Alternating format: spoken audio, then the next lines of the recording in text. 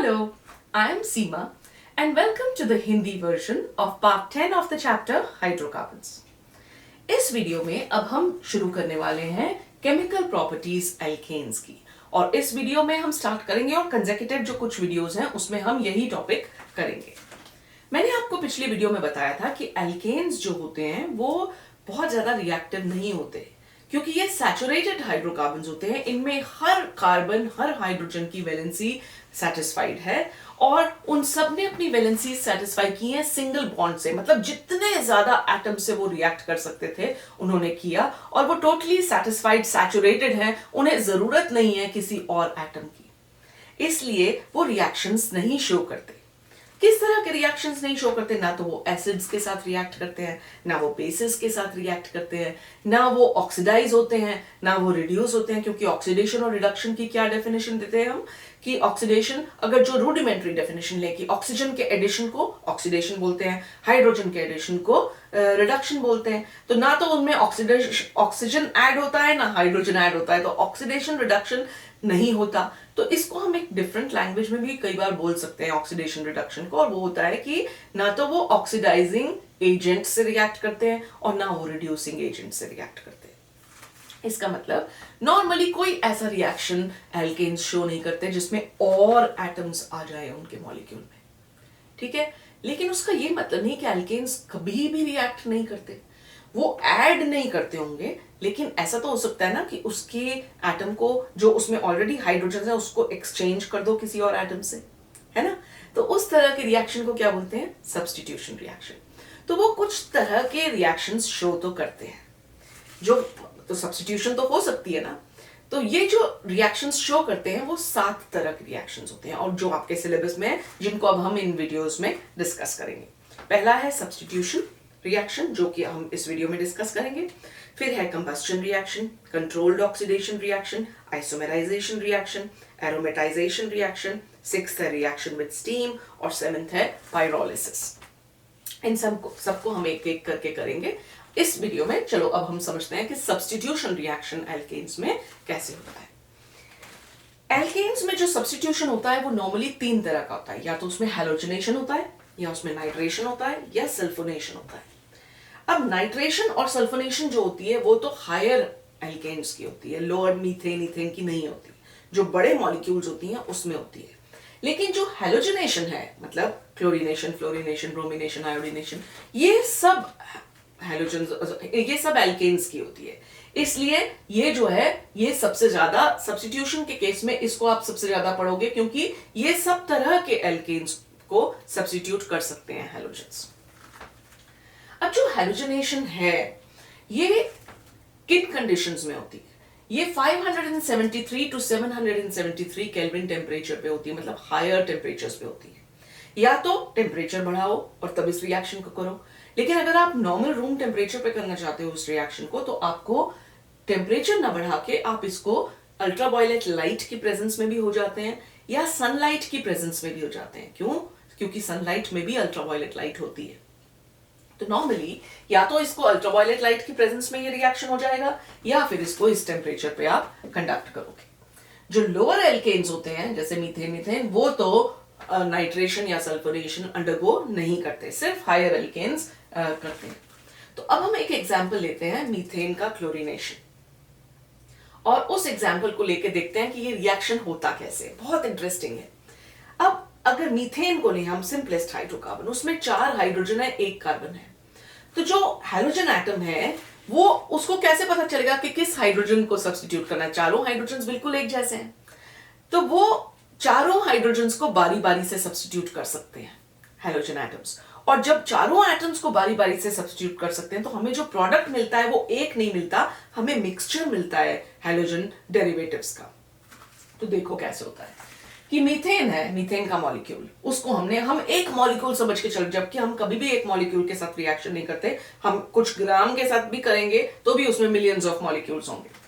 तो मीथेन को अगर हम रिएक्ट किया हमने क्लोरीन से, H मतलब फोटोन है और वो अल्ट्रावायलेट लाइट है, तो अल्ट्रावायलेट लाइट की प्रेजेंस में हमने मीथेन को क्लोरीनेट किया तो मेथिल क्लोराइड मिला, एक हाइड्रोजन रिप्लेस हो गया, जो क्लोरीन है वो टूटा, एक हाइड्रोजन ने HCl बना दिया, क्लोरीन के एक एटम क्लोरीन के साथ, और जो क्लोरीन दूसरा एटम है उसने उस हाइड्रोजन की जगह लेके मेथिल क्लोराइड बना दिया। अब ये जो मेथिल क्लोराइड है ये फर्दर क्लोरीनेट हो सकता है और ये एक और क्लोरीन मॉलिक्यूल के साथ रिएक्ट करेगा और वो फिर एक और हाइड्रोजन निकल के HCl बना देगा और उस हाइड्रोजन की जगह पे जो क्लोरीन आएगा तो आपको डाइक्लोरोमीथेन मिल जाएगा, CH2Cl2। अब ये CH2 और HCl बन जाएगा जो हाइड्रोजन निकला था उससे। अब ये CH2Cl2 फिर फर्दर क्लोरीनेट होगा अल्ट्रावायलेट लाइट की प्रेजेंस में। अल्ट्रावायलेट लाइट तो है ही है हमारे रिएक्शन मिक्सचर में, तो उसके साथ रिएक्ट करेगा और क्लोरोफॉर्म बना देगा या ट्राइक्लोरोमीथेन बना देगा। ठीक है, CHCl3 और HCl। अब फिर से एक और हाइड्रोजन निकल गया जिसने एक क्लोरीन के साथ कंबाइन करके HCl बना दिया और दूसरे क्लोरीन ने उसकी जगह ले ली, तो CHCl3। अभी भी इसमें एक हाइड्रोजन बाकी है, ये हाइड्रोजन भी अगले क्लोरीन मॉलिक्यूल के साथ रिप्लेस हो जाएगा। सो CHCl3 आपको Cl2 के साथ रिएक्ट करके ये हाइड्रोजन निकल के HCl दे देगा और क्लोरीन इसकी जगह लेके CCl4 मतलब कार्बन टेट्राक्लोराइड मॉलिक्यूल बना देगा। अब अगर हम एक एग्जांपल लें इथेन मॉलिक्यूल का, इथेन भी अगर क्लोरीनेट करोगे तो वही होगा कि ये जो 6 हाइड्रोजन्स हैं इन 6 के 6 हाइड्रोजन्स को क्लोरीन मॉलिक्यूल स्टेप्स में रिप्लेस कर सकते हैं। तो उसको भी अल्ट्रावायलेट लाइट की प्रेजेंस में एक क्लोरीन अगर सब्स्टिट्यूट हो गया तो आपको क्लोरो इथेन मिल जाएगा एंड HCl। तो ये है तरीका क्लोरीनेशन का कि जब क्लोरीन उसके अल्ट्रावायलेट लाइट की प्रेजेंस में किसी भी एल्केन के साथ रिएक्ट करती है तो वो उसके हाइड्रोजन्स को सब्स्टिट्यूट करने लग जाती है। अब ये जो सब्स्टिट्यूशन है, क्या हैलोजनेशन, क्या ये सब हैलोजन्स में बराबर होता है? हमारे पास कौन कौन से हैलोजन्स है? फ्लोरीन है, क्लोरीन है, ब्रोमीन है, आयोडीन है, एस्टेटीन है, लेकिन एस्टेटीन बहुत रेयर होता है। तो फ्लोरीन, क्लोरीन, ब्रोमीन, आयोडीन। तो फ्लोरीन जो होता है वो तो बहुत ज्यादा रिएक्टिव होता है, बहुत एक्सप्लोसिव रिएक्शन, फटाफट रिएक्शन करता है। और जो आयोडीन होता है वो ये सबसे छोटा मॉलिक्यूल होता है, ये बड़ा होता है उससे बड़ा, और ये बहुत बड़ा होता है। तो ये जो मॉलिक्यूल है ये तो भारी मोटा सा, ये खुशी से रिएक्ट नहीं करता। ये जो है ये जरूरत से ज्यादा एक्टिव है फ्लोरीन। लेकिन क्लोरीन और ब्रोमीन जो है ना ये बीच में है। तो हम जब रिएक्शंस, अक्सर हम जब भी हैलोजनेशन पढ़ेंगे तो हम देखेंगे कि हम क्लोरीन और ब्रोमीन के रिएक्शन ज्यादा पढ़ेंगे, क्योंकि फ्लोरीन थोड़ा ज्यादा ही एक्टिव है और आयोडीन थोड़ा मुश्किल करता है, आसानी से काम करता नहीं, इसको धक्का देना पड़ता है। तो नॉर्मली हम क्लोरीन, इसीलिए हमने क्लोरीनेशन पढ़ा जो आसानी से हो गया। तो अगर हम देखें कि स्पीड किसकी ज्यादा होगी, क्योंकि फ्लोरीन बहुत रिएक्टिव है, सबसे फास्ट ये रिएक्ट करेगा, उससे स्लो क्लोरीन, उससे स्लो ब्रोमीन और सबसे स्लो आयोडीन रिएक्ट करता है। और अगर हम हाइड्रोजन्स देखें कि क्या सभी हाइड्रोजन्स बराबर होते हैं एल्केन में? नहीं, प्राइमरी होते हैं, सेकेंडरी होते हैं, टर्शरी।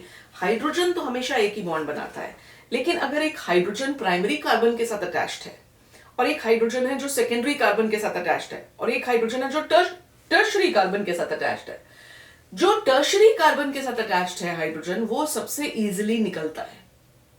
तो इसलिए हम देखते हैं कि टर्शरी कार्बन के साथ जो हाइड्रोजन अटैच्ड होता है उसका रेट ऑफ रिएक्शन फास्टर होता है, वो जल्दी रिप्लेस होता है।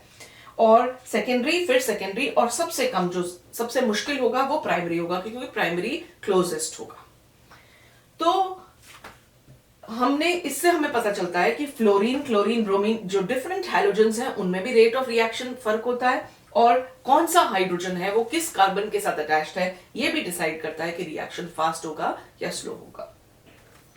जो मैंने आपको बताया कि आयोडीन जो है वो खुशी से रिएक्ट नहीं करता, तो आयोडीन अगर खुशी से रिएक्ट नहीं करता तो आयोडीन को हम कैसे रिएक्ट कराएंगे? हम क्या करते हैं कि ये रिएक्शन, आयोडीनेशन जो होती है ये स्लो होती है, तो इसको हम करते हैं किसी ऑक्सीडाइजिंग एजेंट की प्रेजेंस में ये रिएक्शन करवाते हैं। उसका कारण क्या है वो हम समझ लें कि रिएक्शन तो पहले बिल्कुल वैसे ही होता है जैसे ये हो रहा है क्लोरीनेशन, कि मीथेन था, मीथेन के साथ हमने आयोडीनेशन किया, आयोडीनेशन हुआ तो जो मेथिल आयोडाइड बना या आयोडोमीथेन बना और HI बना। लेकिन ये रिएक्शन, क्योंकि ये पहली बात तो आयोडीन खुशी से खुद ही रिएक्ट नहीं किया, हमें टेम्परेचर भी बढ़ाना पड़ा, अल्ट्रावायलेट लाइट भी देनी पड़ी, सब कुछ किया, उसके बाद भी जो प्रोडक्ट बना वो स्टेबल नहीं था, और वो स्टेबल नहीं था तो इसलिए ये रिएक्शन रिवर्सिबल है, ये वापस दोनों के दोनों रिएक्ट करके वापस मीथेन और आयोडीन दे सकते हैं। लेकिन हम ये नहीं चाहते, क्योंकि हम चाहते हैं कि हम मीथेन का आयोडीनेशन करें। अगर हम चाहते हैं तो हमें क्या करना चाहिए? हम इस रिएक्शन मिक्सचर में कुछ ऐसा डाल देंगे जो इन प्रोडक्ट्स को अलग कर देगा। अगर ये प्रोडक्ट्स को हम एक साथ रहने देंगे तो ये तो आपस में रिएक्ट करके वापस हमें मीथेन और आयोडीन दे देंगे। तो हम उसके लिए ये जो है ऑक्सीडाइजिंग एजेंट ऐड करते हैं। जो ऑक्सीडाइजिंग एजेंट होता है वो हाइड्रोजन आयोडाइड के साथ रिएक्ट कर देता है, उसको ऑक्सीडाइज कर देता है। और जब उसे ऑक्सीडाइज कर देता है तो हाइड्रोजन आयोडाइड जो है रिएक्शन मिक्सचर से निकल गया। अगर वो निकल गया, जब हाइड्रोजन आयोडाइड रहेगा ही नहीं तो वो CH3I के साथ रिएक्ट करके वापस हमें रिएक्टेंट्स कैसे देगा? नहीं दे सकता।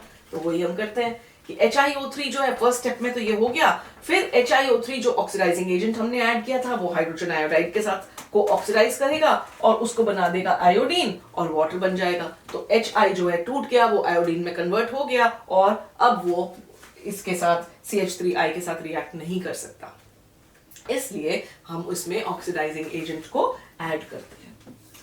अब है कि ये जो रिएक्शन क्लोरीनेशन होता है इसका, या जो कोई भी हैलोजनेशन होता है उसका मैकेनिज्म क्या होता है, वो होता कैसे है। ऑर्गेनिक रिएक्शंस में हम देखते हैं कि रिएक्शन जो है एक स्टेप में नहीं होता, मल्टीपल स्टेप्स में होता है। और जो अलग अलग स्टेप्स है उन्हें समझना बहुत मुश्किल होता है क्योंकि उन पे बेस्ड होता है कि प्रोडक्ट क्या बनेगा। तो इन के केस में जो हैलोजनेशन होती है एल्केन्स की, ये फॉलो करती है फ्री रेडिकल मैकेनिज्म।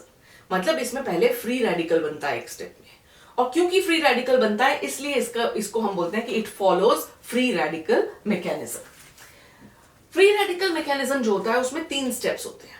पहला होता है इनिशिएशन, दूसरा होता है प्रोपगेशन और थर्ड होता है टर्मिनेशन। इनिशिएशन मतलब स्टार्ट करना रिएक्शन को, प्रोपगेशन मतलब उसे कंटिन्यू करना, और तीसरा है टर्मिनेशन मतलब रिएक्शन का खत्म हो जाना। तो पहले स्टेप में इनिशिएशन कैसे होती है? क्योंकि ये फ्री रेडिकल मैकेनिज्म है, पहला स्टेप क्या होगा कि पहले तो फ्री रेडिकल बनेंगे ना, तो फ्री रेडिकल मैकेनिज्म फॉलो करेगा। तो फ्री रेडिकल मैकेनिज्म का फर्स्ट स्टेप होता है फ्री रेडिकल्स का फॉर्मेशन, की फ्री रेडिकल पहले बनेगा। तो फ्री रेडिकल कैसे बनता है? क्लोरीन मॉलिक्यूल जो होता है वो होता है जो अल्ट्रावायलेट लाइट के प्रेजेंस में उसका बॉन्ड जो है होमोलिसिस से टूट जाता है। आपने हेट्रोलिसिस तो पढ़ा ही हुआ है। हेट्रोलिसिस में क्या होता है कि जब एक बॉन्ड, कोवेलेंट बॉन्ड टूटता है तो एक एटम जो होता है वो जो ज्यादा इलेक्ट्रोनेगेटिव होता है वो दोनों इलेक्ट्रॉन्स को लेके चला जाता है, और जो दूसरा एटम होता है वो उसका अपना इलेक्ट्रॉन भी वो लूज कर देता है उस दूसरे एटम को। इसलिए ये तो हो जाता है पॉजिटिवली चार्ज क्योंकि इसका इलेक्ट्रॉन चला गया, और जिसको एक्स्ट्रा इलेक्ट्रॉन मिल गया वो नेगेटिवली चार्ज हो जाता है, तो आपको आयंस मिल जाते हैं, आयनाइजेशन हो जाती है। लेकिन होमोलिसिस में क्या होता है? होमो का मतलब सेम, लिसिस मतलब टूट जाना, कि बॉन्ड टूटा लेकिन जो 2 स्पीशीज बनी उनमें दोनों इलेक्ट्रॉन्स एक एक चला गया, तो दोनों में इक्वल डिस्ट्रीब्यूशन हो गया। होमो इज इक्वल, सेम, तो दोनों एक जैसे एंटिटीज बनी। तो वो क्या होता है कि जब होमोलिसिस हुआ, इस क्लोरीन ने अपना इलेक्ट्रॉन ले लिया, उस क्लोरीन ने अपना इलेक्ट्रॉन ले लिया, दोनों जो है क्लोरीन फ्री रेडिकल्स बन गए। लेकिन फ्री रेडिकल बहुत ज्यादा अनस्टेबल होता है, बहुत, क्योंकि अब उसका ऑक्टेट कंप्लीटेड था, उसको आपने जबरदस्ती तोड़ दिया बॉन्ड को। अब जो दोनों एटम्स हैं दोनों को का ऑक्टेट कंप्लीट नहीं है, बहुत अनस्टेबल सिचुएशन होती है। ये फटाफट रिएक्ट करने की कोशिश करते हैं और अपने ऑक्टेट को कंप्लीट करने की कोशिश करते हैं, क्योंकि एक बार ऑक्टेट कंप्लीट हो गया फिर वो सेटिस्फाइड है। तो सबसे पहले स्टेप में इनिशिएशन होती है कि फ्री रेडिकल बनता है। अब ये जो फ्री रेडिकल होते हैं ये क्या करते हैं कि ये जाकर एक फ्री रेडिकल जाके मीथेन को जाके अटैक कर देता है। यहां पे सेकंड स्टेप शुरू हो जाता है, प्रोपगेशन। ठीक है, प्रोपगेशन का क्या मतलब है कि चलती जाएगी गाड़ी। अब कुछ ऐसा होगा कि गाड़ी चलती जाएगी। वो कब होगा? अगर हर स्टेप में फ्री रेडिकल बनता जाएगा, क्योंकि ये फ्री रेडिकल मैकेनिज्म है। अगर फ्री रेडिकल्स हर स्टेप पे बनते जाएंगे तो वो फ्री रेडिकल आगे जाके रिएक्ट करेगा, फिर इस स्टेप में हुआ तो एक और फ्री रेडिकल बन गया, वो जाके आगे जाके और रिएक्ट करेगा। तो हर स्टेप पे फ्री रेडिकल बनता जाता है और एक तरह का जो है एक वो शुरू हो जाता है, एक चेन रिएक्शन शुरू हो जाता है। तो मीथेन जो है ये रिएक्ट करता है फ्री रेडिकल के साथ, और एक हाइड्रोजन जो है क्लोरीन के साथ कंबाइन कर जाता है, और ये जो मीथेन है अब ये मेथिल फ्री रेडिकल बन जाता है। ठीक है, जो एक हाइड्रोजन ने जाके इसको सेटिस्फाई कर दिया, लेकिन इस कार्बन ने का अब जो है एक हाइड्रोजन कम है, इसकी अब वो जो है ऑक्टेट इनकम्प्लीट है, एक इलेक्ट्रॉन इसमें कम हो गया, तो ये मेथिल फ्री रेडिकल बन गया। तो हमने देखा कि फ्री रेडिकल से हम स्टार्ट हुए, लेकिन इसके प्रोडक्ट में भी हमें फ्री रेडिकल मिला। अब ये जो मेथिल फ्री रेडिकल है ये एक और क्लोरीन मॉलिक्यूल के साथ रिएक्ट करता है, न्यूट्रल क्लोरीन मॉलिक्यूल के साथ, और जब रिएक्ट करता है तो ये मेथिल एक क्लोरीन मेथिल क्लोराइड बना देगा, लेकिन ये क्लोरीन अब फ्री रेडिकल बन गया। अब ये डिससैटिस्फाई हो गया। अगर ये डिससैटिस्फाई हो गया तो अगले स्टेप में ये जो मेथिल क्लोराइड है ये इस क्लोरीन के साथ या इनमें से एक क्लोरीन के साथ रिएक्शन मिक्सचर में, ये पता नहीं होता कि कौन से एटम से रिएक्ट कर रहा है, ये कहां से आया, वहां पे ये सब स्पीशीज प्रेजेंट है मिक्सचर में और वो आपस में जिसके साथ भी रिएक्ट कर सकती हैं करती हैं। तो हम एज्यूम करते हैं कि जैसे ये एक अब मेथिल क्लोराइड बना, ये भी क्लोरीन फ्री रेडिकल के साथ कंबाइन करेगा और एक और हाइड्रोजन निकल जाएगा, HCl बना देगा और CH2Cl फ्री रेडिकल बना देगा। अब ये फ्री रेडिकल फिर से वही स्टेप देखो, जैसे ये फ्री रेडिकल बना था वैसे अब अगला फ्री रेडिकल बन गया। ये अब फिर से Cl2 के साथ रिएक्ट करेगा और CH2Cl2 बना देगा और ये जो क्लोरीन है ये फ्री रेडिकल बन गया। अब ये क्लोरीन फ्री रेडिकल जो है वो इसके साथ रिएक्ट करेगा फर्दर और इसको CHCl2 फ्री रेडिकल बना देगा और HCl बना देगा। ठीक है, HCl बना तो ये जो है फर्दर Cl2 के साथ रिएक्ट करके CHCl3 बना दिया और फिर क्लोरीन फ्री रेडिकल। तो हम देखते हैं कि एक एक हाइड्रोजन सब्स्टिट्यूट होता जा रहा है और वही चीज होती जा रही है कि क्लोरीन फ्री रेडिकल से एल्काइल हैलाइड का फ्री रेडिकल बन जाता है, वो जाकर फिर से क्लोरीन के साथ रिएक्ट करता है और फिर से क्लोरीन फ्री रेडिकल प्रोड्यूस कर देता है। तो हर स्टेप में आप देखो तो एक एक फ्री रेडिकल प्रोड्यूस होता जा रहा है। हर स्टेप में फ्री रेडिकल यूज हो रहा है, फ्री रेडिकल बन रहा है, फ्री रेडिकल यूज हो रहा है, फ्री रेडिकल बन रहा है।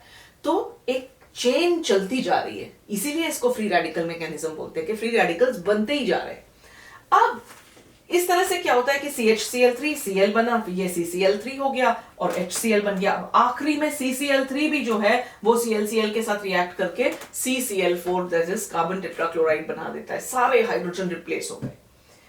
अब अगला स्टेप क्या होता है, ऐसा नहीं होता कि ये CCl4 बन गया तो एंड में आपको सिर्फ CCl4 मिल जाएगा, ऐसा नहीं होता है। अब क्योंकि ये फ्री रेडिकल्स हैं और ये बहुत अनस्टेबल हैं, इन्होंने बस अपने आप को किसी तरह से किसी भी एटम के साथ रिएक्ट कर लेना है और बॉन्ड बनाकर आराम से बैठ जाना है। कई बार क्या होता है, दो फ्री रेडिकल्स आपस में एक दूसरे से टकरा जाते हैं, दे बम्प इनटू ईच अदर। जब वो बम्प करेंगे तो वो ये नहीं सोचेंगे कि अरे तू भी फ्री रेडिकल है तो मैं तेरे साथ बॉन्ड नहीं बनाता क्योंकि हम फिर प्रोपोगेट नहीं कर पाएंगे, चल मैं जाता हूं, मैं उस वाले के पास चला जाता हूं क्योंकि वो तो न्यूट्रल है तो फिर एक और। वो ऐसा इतना सोचते नहीं है, वो देखते हैं कि तुझे भी चाहिए मुझे भी चाहिए, चल आपस में बॉन्ड बना ले। वो आपस में जब बॉन्ड बनाते हैं तो जब दो फ्री रेडिकल, क्लोरीन क्लोरीन से मिला उसने Cl2 बना दिया, मेथिल मेथिल फ्री रेडिकल मिला उसने CH3 बना दिया। इसी तरह से जितने फ्री रेडिकल्स हैं वो आपस में कंबाइन कर करके भी वो वाली स्पीशी बनाते जाते हैं। और CH3 अगर Cl के साथ मेथिल फ्री रेडिकल क्लोरीन के साथ मिला तो CH3Cl बन गया।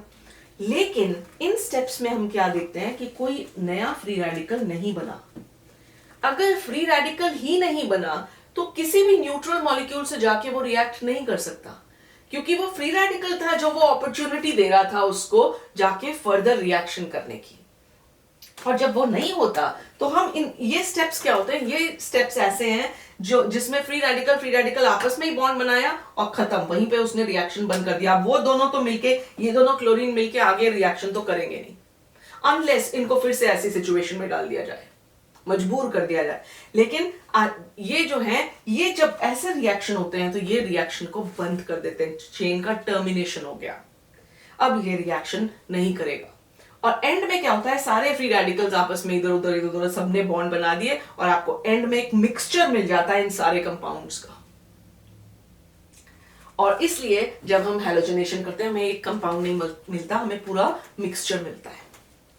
ठीक है, अब ये आप इमेजिन करो कि ये जो प्रोपगेशन स्टेप है ना, अगर आप एक साइकिल स्टैंड पे जाओ जिसमें सारे साइकिल्स ऐसे ऐसे एक के बाद एक लगे हुए हैं, बहुत मजेदार है, कभी करके देखना।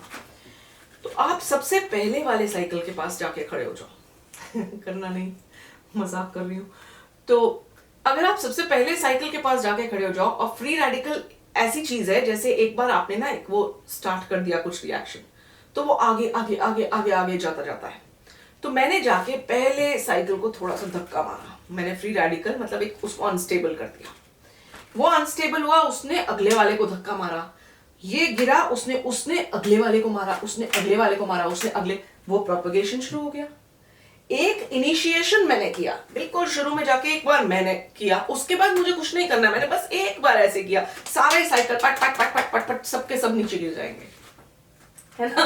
तो वो होता है फ्री रेडिकल मैकेनिज्म में कि एक बार इनिशिएशन आपने कर दी, उसके बाद प्रोपगेशन होती जाएगी, जब तक कि फिर दो जो हैं वो आपस में कुछ ऐसा क्या हुआ कि दो साइकिल्स ने आपस में ही कुछ उलझा हुआ था या कोई रीजन था कि वो ऐसे ही खड़े रह गए, तो वहीं पर रिएक्शन रुक गया, तो वो होता है टर्मिनेशन। तो इस तरह से फ्री रेडिकल मैकेनिज्म से हैलोजनेशन होती है, और ये थी हैलोजनेशन या सब्स्टिट्यूशन रिएक्शंस एल्केन्स के। इसी के साथ मैं वीडियो को यहीं पे खत्म करती हूँ। अगर आपको ये हेल्पफुल लगी तो थम्स अप दीजिए, सब्सक्राइब कीजिए मेरे चैनल को, रेकमेंड कीजिए अपने फ्रेंड्स को, और बार बार आते रहिए मेरे साथ केमिस्ट्री पढ़ने के लिए। Thank you for watching, bye bye for now.